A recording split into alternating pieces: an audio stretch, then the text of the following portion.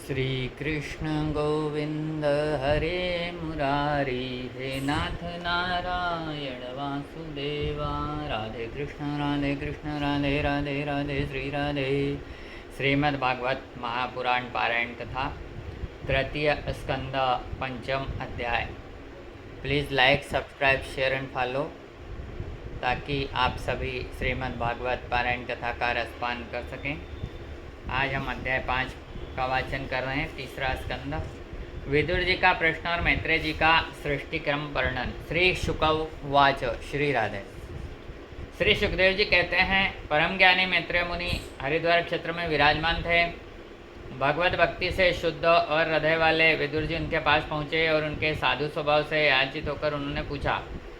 विदुर जी ने कहा, हे भगवान, संसार में सब लोग सुख के लिए कर्म करते हैं, परंतु उनसे न तो उन्हें सुख मिलता है और न ही दुख दूर होता है, बल्कि उससे भी उनके दुख की वृद्धि होती है। अतः इस विषय में क्या करना उचित रहेगा, यह आप कृपा करके बतलाइए। जो लोग दुर्भाग्यवश भगवान श्री कृष्ण से विमुख, अधर्मपरायण और अत्यंत दुखी हैं, उन पर कृपा करने के लिए ही आप जैसे भाग्यशाली संसार में विचरण कर रहे हैं। हे साधु शिरोमणि, आप मुझे उस शांतिप्रद साधन का उपदेश दीजिए जिसके अनुसार आराधना करने से भगवान अपने भक्तों के भक्तिभूत हृदय में आकर विराजमान हो जाते हैं और अपने स्वरूप का अपरोक्ष अनुभव करने वाला सनातन ज्ञान प्रदान करते हैं। श्री राधे। त्रिलोकी के नियंता और परम स्वतंत्र श्री हरि अवतार लेकर जो लीलाएं करते हैं और जिस प्रकार अकर्ता होकर भी उन्होंने कल्प के आरंभ में सृष्टि की रचना की और जिस प्रकार इसे स्थापित करके वे जगत के जीवों के जीविका का विधान करते हैं और फिर जिस प्रकार इसे अपने हृदय आकाश में लीन कर वृत्ति शून्य को योग माया का आश्रय लेकर शयन करते हैं और जिस प्रकार से वे योगेश्वर प्रभु एक होने पर भी इस ब्रह्मांड में अंतर्यामी से अनुप्रविष्ट होकर अनेक रूप में प्रकट होते हैं, यह सब रहस्य आप हमें समझाने की कृपा कीजिए। श्री राधे। ब्राह्मण, गौ और देवताओं के कल्याण के लिए जो अनेक अवतार धारण करके लीला से ही नाना प्रकार के दिव्य कार्य करते हैं, वे भी हमें सुनाइए।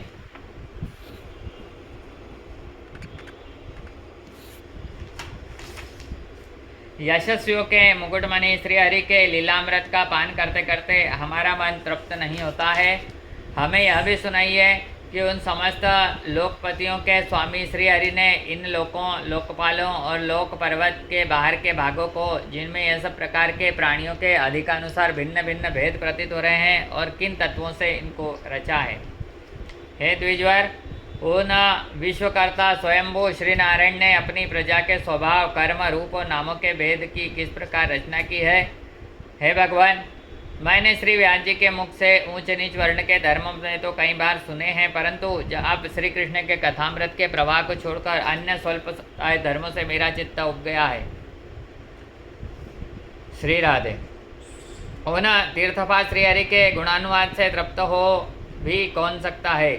उनका तो नारद आदि महात्मागण भी आप जैसे साधुओं के समाज में कीर्तन करते हैं, और जब ये मनुष्य के कर्णरंध्रों में प्रवेश करते हैं तब उनकी संसार में डालने वाली घर गृहस्थी की आसक्ति को काट डालते हैं। हे भगवान, आपके सखा मुनीश्वर कृष्णद्वैपायन भी भगवान के गुणों का वर्णन करने की इच्छा से महाभारत रचा है। उसमें भी विषय सुखों का उल्लेख करते हुए मनुष्य की बुद्धि को भगवान की कथाओं की ओर लाने का प्रयत्न किया गया है। यह भगवत कथा की रुचि श्रद्धालु पुरुष के हृदय में जब बढ़ने लगती है, तब अन्य विषयों से उसे विरक्त कर देती है। वह भगवत चरणों में निरंतर चिंतन से आनंदमय हो जाता है और उस पुरुष के सभी दुखों का तत्काल अंत हो जाता है। मुझे तो उन शोचनीयों के भी शोचनीय अज्ञानी पुरुष के लिए निरंतर खेद रहता है, जो अपने पिछले पापों के कारण श्रीहरि की कथाओं के कारण विमुख हो रहे हैं। श्री राधे। काल भगवान उनके अमूल्य जीवन को काट रहे हैं और वे वाणी, देह और उनसे व्यर्थ वाद विवाद, व्यर्थ चेष्टा और व्यर्थ चिंतन में लगे रहते हैं। हे मैत्रेय जी, आप दीनों पर कृपा करने वाले हैं, तो भौरा जैसे फूलों से रस निकाल लेता है, उसी प्रकार इस लौकिक कथाओं से इनकी सारभूता परम कल्याणकारी पवित्र श्री हरि की कथाएं छाटकर हमारे कल्याण के लिए इनको सुनाइए। उन सर्वेश्वर संसार की उत्पत्ति, स्थिति और संहार के लिए अपनी माया शक्ति को स्वीकार कर रामकृष्ण आदि अवतारों के द्वारा जो अनेकों लौकिक लीलाएं हैं वह सब भी मुझे सुनाइए। श्री राधे। तब सुखदेव जी महाराज कहते हैं, जब विदुर जी ने जीवों के कल्याण के लिए इस प्रकार प्रश्न किया तब तो मुनिश्रेष्ठ भगवान मैत्रेय जी ने उनकी बहुत बड़ाई करते हुए यूँ कहा था। मैत्रेय जी ने कहा था, साधु स्वभाव विदुर जी, आपने सब जीवों पर अत्यंत अनुग्रह करने की यह बड़ी अच्छी बात पूछी है। आपका चित्त तो सर्वदा श्री भगवान में ही लगा रहता है, तथापि इससे संसार में भी आपका बहुत सुयश फैलेगा। आप श्री व्यास जी के अवरज पुत्र हैं, इसलिए आपके लिए यह कोई बड़ी बात नहीं है और आप अनन्य भाव से सर्वेश्वर श्री हरि के आश्रित हो गए हैं। आप प्रजा को दंड देने वाले भगवान यम ही हैं। मांडव्य ऋषि का शाप होने के कारण ही आपने श्री व्यास जी के वीर्य से उनके भाई विचित्र वीर्य की भोगपत्नी दासी के गर्भ से जन्म लिया है। आप सर्वदा ही श्री भगवान और उनके भक्तों के अत्यंत प्रिय है, इसलिए भगवान निज धाम पदार्थ समय मुझे आपके ज्ञानोपदेश करने की आज्ञा दे गए हैं। इसलिए अब मैं जगत की उत्पत्ति, स्थिति और लय के लिए योग माया के द्वारा विस्तारित हुई भगवान की विभिन्न लीलाओं का क्रमशः वर्णन करता हूँ। श्री राधे। सृष्टि रचना के पूर्व समस्त आत्माओं के आत्मा एक पूर्ण परमात्मा थे। वह न दृष्टा था न दृश्य था। सृष्टि काल में अनेक वृत्तियों के भेद से जो अनेकता दिखाई पड़ती है वह भी वही थे, क्योंकि उनकी इच्छा अकेले रहने की थी। वे ही दृष्टा होकर देखने लगे, परंतु उन्हें दृश्य दिखाई नहीं पड़ा, क्योंकि उस समय वे ही अद्वितीय रूप से प्रकाशित हो रहे थे। ऐसी अवस्था में वे अपने को असत के समान समझने लगे। वस्तुतः वे असत नहीं थे, क्योंकि उनकी शक्तियाँ ही सोई थी, उनके ज्ञान का लोप नहीं हुआ था। यह दृष्टा और दृश्य का अनुसंधान करने वाली शक्ति ही कार्य का रूपा माया है। महाभाग विदुर जी, इस भाव रूप अनिर्वचनीय माया के द्वारा ही भगवान ने इस विश्व का निर्माण किया है। श्री राधे। काल शक्ति ने जब यह त्रिगुणमय माया क्षोभ को प्राप्त हुई तब उस इंद्रियातीत चिन्मय परमात्मा ने अपने अंश पुरुष से उसके चिदाभास रूप बीज स्थापित किया। तब काल की प्रेरणा से उस अव्यक्त माया से महत्व प्रकट हुआ। वह मिथ्या ज्ञान का नाशक होने के कारण विज्ञान स्वरूप और अनेक सूक्ष्म रूप में स्थित प्रपंच की अभिव्यक्ति करने वाला था। श्री राधे। फिर चिदाभास गुण और काल के अधीन उस महत्व ने भगवान की दृष्टि पड़ने पर इस विश्व की रचना के लिए अपना रूपांतर किया। महत्त्व के प्रकार विकृत होने पर अहंकार की उत्पत्ति हुई, जो कार्य अभिभूत, कारण अध्यात्म और कर्ता अधिदेव के रूप में होने के कारण भूत, इंद्रिय और मन का कारण है। वह अहंकार वैकारिक अर्थात सात्विक, तेजस अर्थात राजस और तामस भेद से 3 प्रकार का है और अंत तत्व में विकार होने पर वैकारिक अहंकार से मन और जिनसे विश्व का ज्ञान होते हुए इंद्रियों के अधिष्ठाता देवता हुए। तेजस अहंकार से ज्ञानेन्द्रिया और कर्मेंद्रिया हुई। तामस अहंकार से सूक्ष्म भूतों का कारण शब्द और तन्मात्र हुआ और उससे दृष्टा रूप से आत्मा का बोध करने वाला आकाश उत्पन्न हुआ। भगवान की दृष्टि जब आकाश पर पड़े तब उससे फिर काल, माया और चिदाभास के योग से स्पर्शन मात्र उत्पन्न हुआ और उसे विकृत होने पर उससे वायु की उत्पत्ति हुई। अत्यंत बलवान वायु ने आकाश के सहित विकृत होकर रूपांत मात्र की रचना की और उससे संसार का प्रकाशक तेज उत्पन्न हुआ। फिर परमात्मा की दृष्टि पड़ने पर वायुयुक्त तेज काल, माया और चिद्रंश के योग से विकृत होकर रसंत मात्र के कार्य जल को उत्पन्न किया। तदनंतर तेज से युक्त जल ने ब्रह्म का दृष्टिपात होने पर काल, माया और चिदंश के योग से गंध गुणमय पृथ्वी को उत्पन्न किया। श्री राधे। विदुर जी, इन आकाश आदि भूतों में से जो भूत पीछे पीछे उत्पन्न हुए उनमें क्रमशः अपने पूर्व अपूर्व भूतों के गुण भी अनुगत समझने चाहिए। ये महत्त तत्वादि अभिमानी विकार, विक्षेप और चेतनांश आदि विशिष्ट देवगण श्री भगवान के ही अंश है, किंतु पृथक पृथक रहने के कारण जब वे विश्व रचना रूप अपने कार्य में सफल नहीं हुए तब हाथ जोड़कर भगवान से कहने लगे। देवताओं ने कहा, हे देवादिदेव, हम आपके चरण कमलों की वंदना करते हैं।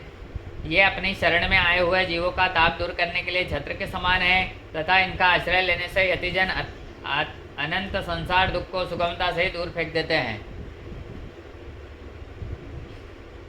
जगतकर्ता जगदीश्वर, इस संसार में तापत्रय से व्याकुल रहने के कारण जीवों को जरा भी शांति नहीं मिलती है। इसलिए हे भगवान, हम आपके चरणों की ज्ञान में छाया का आश्रय लेते हैं। मुनिजन एकांत स्थान पर रहकर आपके मुख कमल का आश्रय लेने वाले वेद मंत्र रूप पक्षियों के द्वारा जिनका अनुसंधान करते हैं तथा जो संपूर्ण पाप नाशिनी नदियों में श्रेष्ठ श्री गंगा जी के उद्गम स्थान है, उनके उन परम पावन पाद पद्मों का हम आश्रय लेते हैं। हम आपके चरण कमलों की उस चौकी का आश्रय ग्रहण करते हैं जिससे भक्तजन श्रद्धा श्रवण कीर्तन आदि रूप की भक्ति से परिमार्जित अंतःकरण धारण करके वैराग्य पुष्ट ज्ञान के द्वारा परम धीर हो जाते हैं। ईश, आप संसार की उत्पत्ति स्थिति और संहार के लिए अवतार लेते हैं, अतः हम सब आपके उन चरण कमलों की शरण लेते हैं जो अपना स्मरण करने वाले भक्तजनों को अभय कर देती है। जिन पुरुषों का देह गेह और उनसे संबंध रखने वाले अन्य तुच्छ पदार्थों में अहंता ममता का दृढ़ दुराग्रह उसके शरीर में रहने पर भी जो अत्यंत दूर है, उन्हीं आपके चरण बिंदों को हम भजन करते हैं। श्री राधे। परम यशस्वी परमेश्वर, इंद्रियों के विषयाभिमुख रहने के कारण जिनका मन सर्वदा बाहर ही भटकता है, वे पामर लोग आपके विलासपूर्ण पाद विन्यास की शोभा के विशेषज्ञ भक्तजनों के दर्शन नहीं कर पाते हैं। इसी से वे आपके चरणों से दूर रहते हैं। हे देवादिदेव, आपके कथामृत का पान करने से उमड़ी भक्ति के कारण जिनका अंतःकरण निर्मल हो गया है, वे लोग वैराग्य ही जिसका सार है, ऐसे आत्मज्ञान प्राप्त करके अनायास ही आपके वैकुंठ धाम को चले जाते हैं। दूसरे धीर पुरुष चित्त निरोध रूप समाधि के बल से अपनी बलवती माया को जीतकर आप में ही लीन हो जाते हैं, पर उन्हें श्रम बहुत अधिक होता है, किंतु आपकी सेवा के मार्ग में कुछ भी कष्ट नहीं होता है। श्री राधे। आदिदेव, आपने सृष्टि रचना की इच्छा से हमें त्रिगुणमय रचा है, इसलिए विभिन्न स्वभाव वाले होने के कारण हम आप में मिल नहीं पाते और इसी से आपकी क्रीड़ा के साधन रूप ब्रह्मांड की रचना करके उसे आपको समर्पण करने में असमर्थ हो रहे हैं। अतः जन्म रहित भगवान, जिससे उस ब्रह्मांड को रचकर आपको सब प्रकाश के भोग समय पर समर्पण कर सके और जहाँ स्थित होकर हम भी अपनी योग्यता के अनुसार अन्न ग्रहण कर सकें और सब के सब जीव भी सब प्रकार की विघ्न बाधाओं से दूर रहकर हम और आप दोनों को भोग समर्पण करते हुए अपना अपना अन्न भक्षण कर सके, ऐसा कोई उपाय हो तो बिल्कुल बताइए। श्री राधे। आप निर्विकार पुराण पुरुष ही अन्य कार्य वर्ग सहित हम देवताओं के आदि कारण हैं। देव, पहले आप अजन्मा ही ने सत्वादि गुण आदि जन्म कर्मों की कार्य रूपा माया शक्ति चिदास्वरूप ही स्थापित किया था। परमात्मा देव महत्वादि रूप देवगण जिस कार्य के लिए उत्पन्न हुए हैं उनके संबंध में हम क्या करें। हे देव, हम पर आप ही अनुग्रह करने वाले, इसलिए ब्रह्मांड रचना के लिए आप हमें क्रिया शक्ति के सहित अपनी ज्ञान शक्ति प्रदान कीजिए। इति श्रीमद् भागवत महापुराणे पारण संहितां तृतीय स्कंध पंचमोऽध्याय। श्री कृष्ण शरणं मम। श्री राधे। श्रीमद् भागवत महापुराण तृतीय स्कंध पंचम अध्याय पूर्ण हुआ। श्री राधे।